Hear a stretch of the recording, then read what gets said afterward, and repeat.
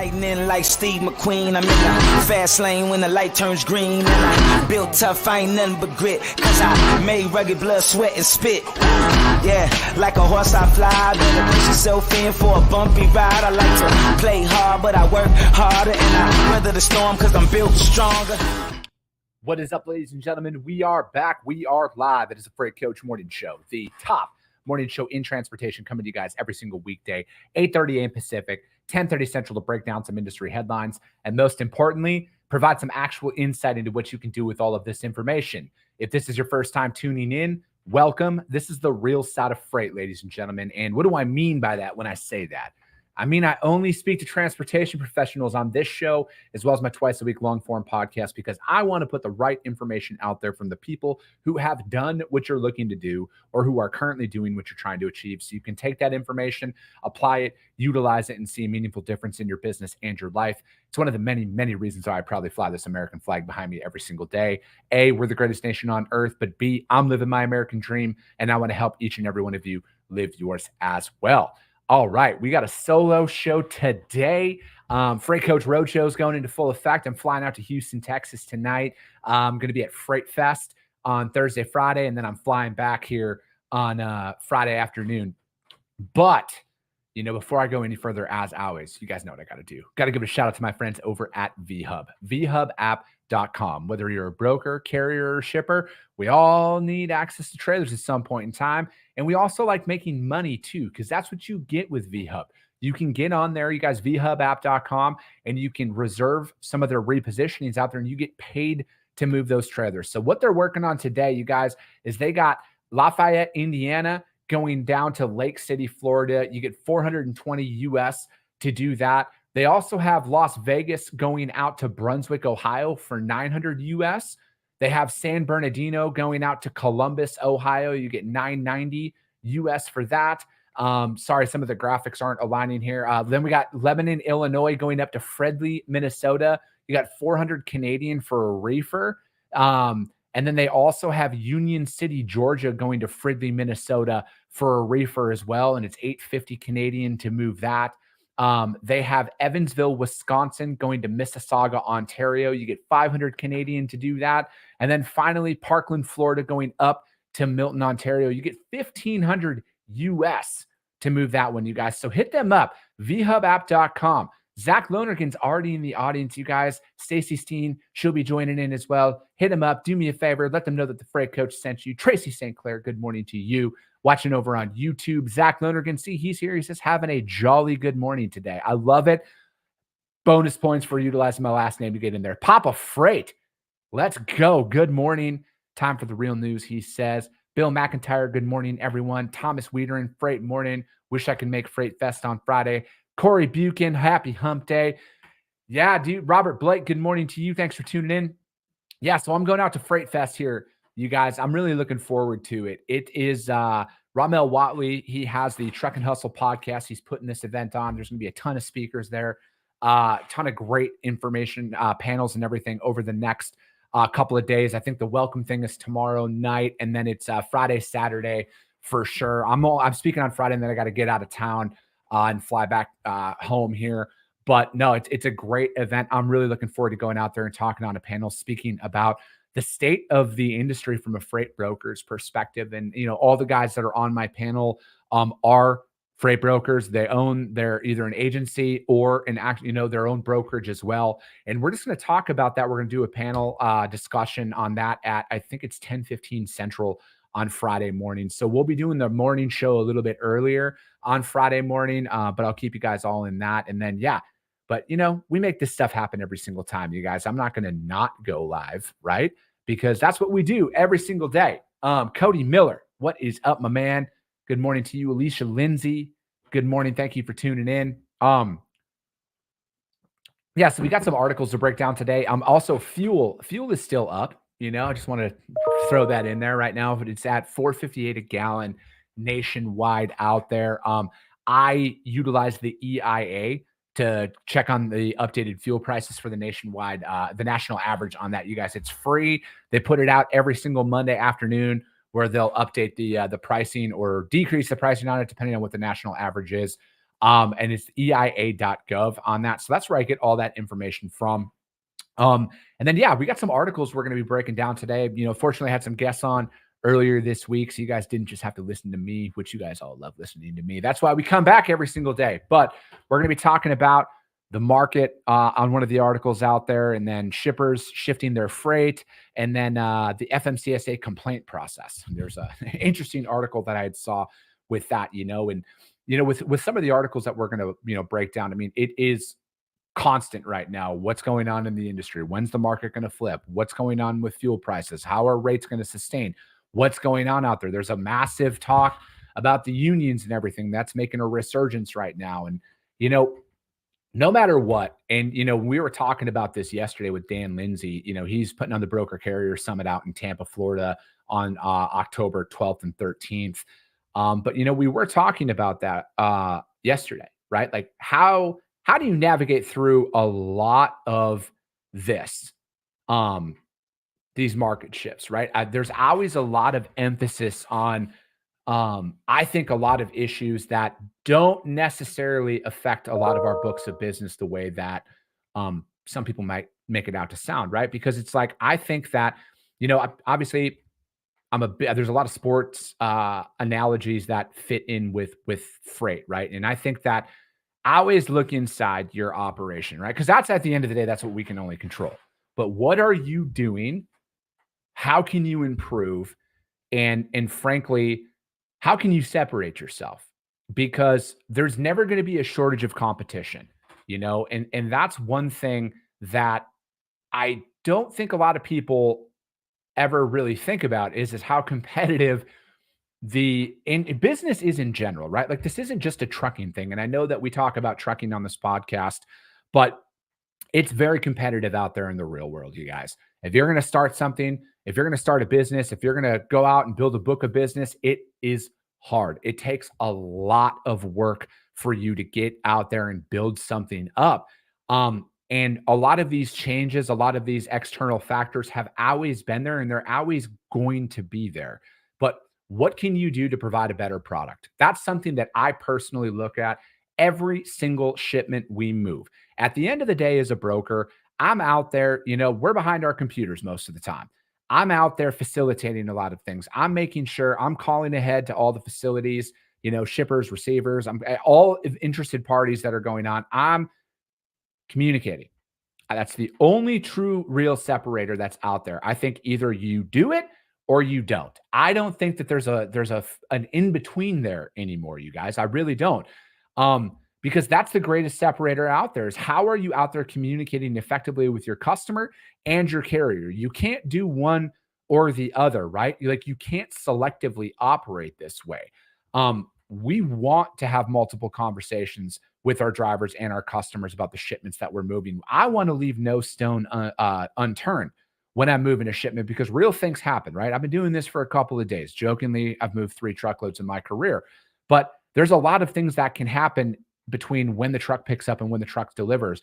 But what are you going to control in those moments? And that's what you need to focus on, right? No matter the market, you got to deliver a consistent product every single time. Your communication is literally everything. Calling ahead, verifying that the receivers have the right equipment to offload the trucks, that they have working dock, all of that stuff, you guys. Same thing with the shippers. Calling ahead. Is it a job site delivery? Is it a brand new delivery for their first customer? Knowing a lot of these things and going above and beyond. That's where the real separators are going to be, because you can't take any of this business for granted. You can't. The second you think I'm good, I'm in the door, it's only a matter of time before a real player comes in and sweeps up your market share, right? I don't look at a relationship of, hey, I've moved a couple of shipments for them, I'm good now. I look at every shipment I move as, what more can I do to earn another shipment out there? Because it doesn't matter if I've moved 1,000 shipments for a customer, I'm not entitled to the 1,001st. I have to get better. I have to perform and provide a consistent product every single time that they move with me. Because again, the second you don't do one of the little details, that's when it all starts to unravel. No matter how you want to spin it, that's when it all starts to unravel. The second you think like, oh, I don't need to call this facility, or I don't need to verify, in appointment time. I don't need to do this. The second you do that, that's when things start to slowly deteriorate. You got to do the little intangible things right every single day. It's the blocking and tackling in football. That's the best analogy that I can come. You have to block and you have to tackle effectively every single time. And another good thing, another sports analogy too, is back in the day with John Wooden, right? It went down to having people put on their socks and tie their shoes before they start dribbling a ball and everything. So again, look at your process. Where can you improve upon that? What can you do to separate yourself? Are you complacent with some of your customers because you've been moving freight for them for a little bit? That's where I would start and really start looking at how do you protect this business here as the market shift, because the markets are going to shift. Capacity is going to be loose. It's going to be tight. What can you control? And that's what you need to focus on. Andrew Teal, the dulcet tones of one Chris Jolly. This is Freight After Dark. Do you want me to record that and put that over to you? I can get real deep and then put it out there. I'll do that for you, Teal. Nick Sanders, what is up? Let's get it, man. John Radvansky, happy hump day, Freight peeps. All right, you guys, let's get into some articles here. As always, all the links to the articles that I break down, I put up on the Freight Coach YouTube channel, as well as the Coffee with the Freight Coach audio only replay of this, which is available on iTunes and Spotify almost immediately after the show. All right. First article, ttnews.com. Steven Title, Cowboy fans offended by comparing football. Oh, man. Steven, I got to come out and I got to make a confession. As much of a Packers fan as I am, when I was a young kid in the 90s growing up, I was a Dallas Cowboys fan. The Packers were terrible at that time. They weren't really on TV, but the Cowboys were on TV because they were winning Super Bowls almost every year at that time. So I sympathize for Cowboys fans because, man, they are bad right now. That team is bad. Yeah, you guys had a couple of good wins, but look at what the Arizona Cardinals did. Anyways, back in, we're not going to hear to talk about football too much. All right, ttnews.com. Freight brokers adjust as market power swings to shippers. Experts maintain, however, that freight brokering remains a relationship business. Interesting. It's going to be interesting to see what the experts say here. Throughout the pandemic influenced years of 2020 to 2022, when demand for trucks soared and capacity evaporated, 3PLs and freight brokers assuaged shippers by simply locating a truck for their freight. Fast forward to today, now it's a struggle with weak demand and abundant capacity in a market that is flipped on its head. Translation, I don't like it when my job gets hard and I don't know how to just post loads anymore and market at $9 a mile. Anyways, back to the article. Sorry. Shippers today are demanding their brokers deliver consistent value based on lower costs, dependable capacity, service, and technology that streamlines the entire process. To combat this, brokers and 3PLs are re-emphasizing some tried and true practices while continuing to adopt more technology. Echo CEO Doug Wagoner believes this market cycle has been somewhat unique given the breadth and severity of the swings. The simplistic views is when capacity is tight, shippers rely on brokers to find a truck because when we have a big Rolodex of providers, Rolodex for the younger listeners used to be a thing where you'd actually write down people's phone numbers. Translation, it's your contact list in your phone now. Anyways, he explained that he added that brokers should have real-time visibility into the market pricing and find a carrier at a good price for every load, i.e. green screens. Check them out, greenscreens.ai. That's what I use to price every single shipment that I'm moving inside of my brokerage right now. And it's no surprise that we're winning more and more shipments every single day. Anyways, back into the article here. Wagoner emphasized that freight brokerage remains a relationship business, especially in this market cycle. There is one group of shippers and carriers where technology is important and they want a touchless experience. On the other end, there are shippers who still give us a paper bill of lading and run their business on spreadsheets and a whiteboard. Wagoner added, he needs a balance of personal touch, expertise, and experience between shippers and carriers. John Jansen, a VP of Global Logistics apparel distributor Sanmar, doesn't think the broker value proposition has changed. With a network of 10 distribution centers across the U.S. and thousands of shipments tendered daily, he remains focused on a small number of trusted asset-backed brokers. We are playing the long game, he noted. We benefit in the high and the low demand times. The rate is going to be what the rate is going to be. Yet Jansen admits the phone calls with brokers is ringing a lot more now than it has over the past couple of years. Jansen said that it's best to be proactive in case when things go array, excuse me, whatever. If brokers have a recovery plan and notify us promptly, we can deal with that. What we can't deal with are surprises. Weird. It's kind of like there's somebody else out there who talks about the proactiveness of the. Anyways, broker technology is a high value area. Excuse me. Real time track and trace, accurate automated notifications are absolute table stakes. He said, explaining that improving digital freight matching and dynamic pricing tools are vital as well. As for technology integrations, Jansen says it's IT strapped when it comes to launching new supply chain software. We are really leaning on our brokers for integration support. It has been an easy tool set for us to use.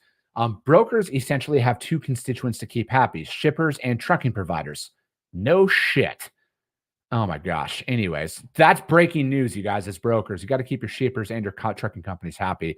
That is a silicon-based 3PL that also provides truck brokerage services. How does a broker differentiate yourself in this market? Quality of the equipment, strength of carriers in certain lanes, and providing freight lane management versus one-off bookings. He said, you have to be a resource for truckers. Anyways, such support includes finding freight in lanes that get a trucker home and booking them out there. These are not new concepts, yet they're foundational capabilities. The broker has two rules: keep the shipper supply chain flowing smoothly and keep your trusted quality carriers solvent with consistent, regular loads.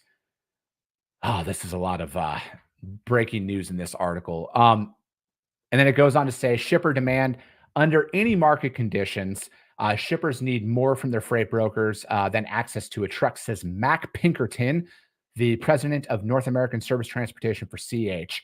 A great 3PL has expertise to optimize supply chains, making them more cost-effective for a shipper, no matter what part of the cycle we're in.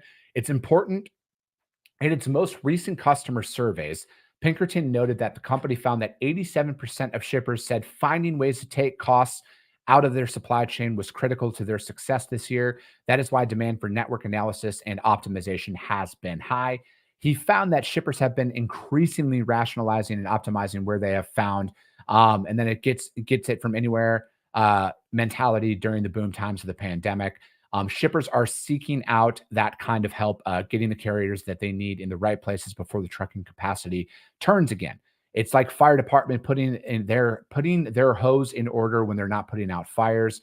Another pivot that many shippers have adopted is the re-emphasis on the balance between live loading and drop trailers.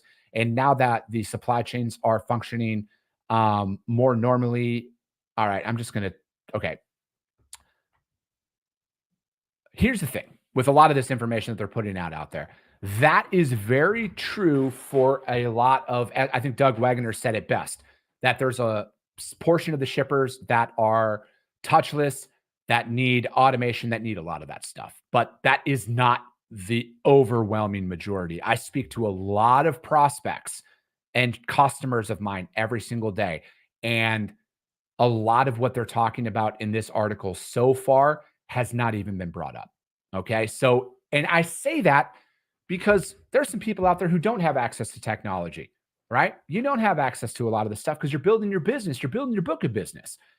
I don't want some of this information to be a deterrent for you to stop dialing, all right? To stop offering to reach out to people because you think after you hear some of this stuff that, oh, everybody operates like this. That's not the case, you guys. I have some shippers that, yes, you know what? EDI compliant, everything out there, make it happen. And then I have some that I still email and get BOLs via email, and POs via email and everything else. And everything works out just fine. We move their freight. Everything's good and kosher. So this isn't a one size fits all approach out there. So that was one of the main reasons why I chose this article is it's not as everything's digital, everything's touchless that you think out there. There's a select few shippers that do require that, but that's not everybody. It goes on to say freight market survival. Brokers have stayed the course with the shippers, maintained a good carrier management strategy, and avoided knee-jerk reactions to temporary market conditions, have fared the best, says Armstrong and Associates CEO Evan Armstrong. Those who got clobbered with the ones that completely relied on the spot market in 21 and 22, who just basically played the load boards. Now the brokerage market is back to the basics, aggressively automating both the front and the back office, noting that effectively automated back office operations should be able to process 300 bills per person per day. Technology has helped increase productive and allowed some brokers to have as many as 15 loads per day. Automating booking processes. Shout out to Trucker Tools, my good friends over there. It's a big step in the article here. And then it's talking about P44, FourKites, and MacroPoint. A lot of the digital freight matching apps will take into account the lane history and everything else. Again, back down to it because it goes on to say that emphasize that the broker's experience and expertise and their ability to develop and maintain deep personal relationship remains a competitive advantage. Okay. Remove the technology from this, you guys, because again, technology is great, but it is not a requirement for success. Okay. And when I say that, I mean this: you can have 1,000 loads on your board that were automatically built up, but if you can't move them, your technology doesn't mean shit. Okay. Harsh reality out there. The main point that a lot of us need to do is, like I said yesterday when I was talking with Dan Lindsay, carriers and customers are 1A and 1B of importance. They are completely interchanged. Yes, I understand how this business works, so I don't want anyone to say, "Oh, you don't have carriers if you can't find or if you don't have freight." I get that. But you need to balance that out. You need to What I don't like is what wasn't mentioned in here is you need to find carriers based on the lanes they want to run as opposed to the lanes you want them to run for you, right? Because that's where you find yourself in those positions of when carriers fall off loads, because you know what? They told you they didn't necessarily want to go to that destination, but they took it because that was kind of the only load. And then one popped up that went to where they wanted to go. And again, I'm not saying anything other than have real conversations with these carriers. If your strategy is it picks here, it delivers here, this is what it weighs, this is what it pays, just stop right now, because that's not an effective strategy. You need to have in-depth conversations with your carrier partners about the freight that they want to run. I understand this is always a lot easier said than done. Your boy does this shit every single day inside of his company. All right. This is what I know that works and is extremely effective over my 12 plus year career as a freight broker. You need to balance this out and you need to bring consistent service, right? You can't selectively care about a shipment. As we were kind of talking about in the beginning stages of this show, you need to be effective. Okay. You need to do the little things right every single time. You need to have a process for that. I'm all about automation, but you can't over automate this stuff, you guys. You can't. There's a lot of value in picking up that phone, having real conversations with real people, and executing based on those conversations. Automate when you can. I'm all about it, right? I am all about it, but it cannot be your crutch. And then, then you're in a position where you're not moving freight, right? At the end of the day, you're not moving freight because you can't just overly automate everything, because not every customer and carrier are open to that. So that article, ttnews.com, freight brokers adjust as market power swings to shippers. I think a little hidden gem is the shippers always control the market. Just fucking throwing that out there. Anyways, back to, it looks like we're only going to get to 2 articles today because that one was a little bit longer than I thought. But it's fine. It was a good article to break down because, again, you guys, at the end of the day, control what you can control inside of your organization with the tools that you have out there. Next article, FMCSA. This is from Fleet Owner, excuse me. FMCSA complaint process receives criticism from Government Accountability Office. I got clickbaited on this. This is the first time I've read this article. So let's have some fun, ladies and gentlemen. The FMCSA collects complaints against companies that operate commercial vehicles, but the manner in which it collects and responds to those complaints is under scrutiny from the Government Accountability Office. The GAO has recommended 14 actions the FMCSA can take to remedy perceived shortcomings in the complaint process. I think what they should do is create another government agency here. That's and being sarcastic, but much of their critique centers upon the FMCSA having not defined several key terms in the guidance for the complaint process, including 7 complaint categories. According to the report, the FMCSA does not clearly define how those categories align with over a possible 100 allegations. Specifically, the FMCSA has not defined some key terms in its guidance for reviewing complaints out there. For example, an FMCSA reviewer must decide if a complaint made by a truck driver against an electronic logging device provider with an allegation the company failed to respond to my service request in a timely manner should be treated as a safety or other category of complaint. Wow. According to that, the FMCSA's officials, a complaint against an ELD provider falls under safety compliant category, but we found this is not laid out in their review guidance. Why can't we just make like actual complaints? Why does there have to be so many fucking steps? If something sucks, just put the complaint in there. It's a clear safety thing if the ELD isn't working properly. Anyways, the GAO alleges that the complaint review guidance does not define a key term of motorist complaint out there. The FMCSA told the GAO that most motorist complaints relate to dangerous driving, that they closed almost 90% of motorist complaints from the public and almost 20% of the motorist complaints submitted by motor carriers without further review. And then the GAO reviewed 15 safety complaint files, 11 of which had status of closed motorist complaint. The FMCSA closed 10 of those 11 files without recording follow-up actions. However, in the 2 files, the GAO found 2 complaints alleging that not isolated incidents of unsafe driving, but unsafe company practices. These includes a carrier not properly drug screening a driver. By not clearly defining what constitutes a motorist complaint. Okay, here's a complaint. Why is it so fucking hard? That's what I just don't understand why it is this challenging, and why the bureaucracy has to come in to all of this stuff and make it so hard. This is probably why maybe we can go on and say that a majority of the complaints are never filed or reviewed because it's so challenging to just put a complaint out there. I mean, I think it's a pretty cut and dry thing with some of these things that they're talking about. And again, why are we wasting more of our resources out there that they're receiving more criticism from the GAO? How does this make the road safer? That's what I want to know. How does this make the motoring public safer? How does this improve anything? How does this lower fuel costs? I'm going kind of off on a tangent here, but what does this do that actually makes the industry better? It sounds like a bunch of suits in DC complaining that it's a little bit harder to do my job.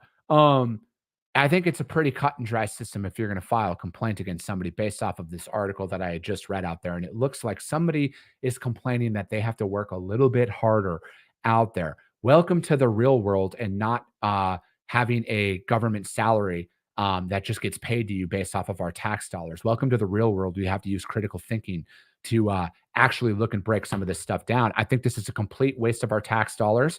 This is a complete waste of time out there. This doesn't add any value to it. How does this make our truckers more safer on the road, or motoring public more safer on the road? It doesn't at all. It sounds like somebody wanted to review a complaint in the FMCSA database and they didn't like it the way that they have to do it. Welcome to the snowflake world, ladies and gentlemen, because that's what this article was. So yeah, anyways, fleetowner.com, FMCSA complaint process received criticisms from the Government Accountability Office, i.e., I have to work too hard and I don't like working too hard. So anyways, you guys, that's going to be it for the articles in the show today. As always, we'll be live tomorrow out in Houston, Texas, and Friday in Houston, Texas at Freight Fest. If you're in the area, swing on by. You'll see your boy out there doing the show and everything. And then check it out, you guys. Check out some of these conferences that are coming up. I'm going to be there. I'm going to be at the TIA Technovations here on the 18th and 19th, or the 19th and 20th in San Diego. And then I'm going to be back out in Houston, Texas for the NMFTA Cybersecurity Conference on October 23rd and 24th out there in Houston again. So if you guys see me out there at any of those events, say hi to your boy. And if I got time, we'll do a little live interview out there. I love doing it. I love meeting people and talking to people and sharing everybody's perspective out there on the industry. But that's going to be it for today, you guys. We'll be back tomorrow. As always, if you guys got value in what you heard today, subscribe to the show. Rank it out there. Get it out there to your network, because if you see value, your network's going to see value in it as well. I appreciate you guys. I love you guys. And we'll be talking to you soon.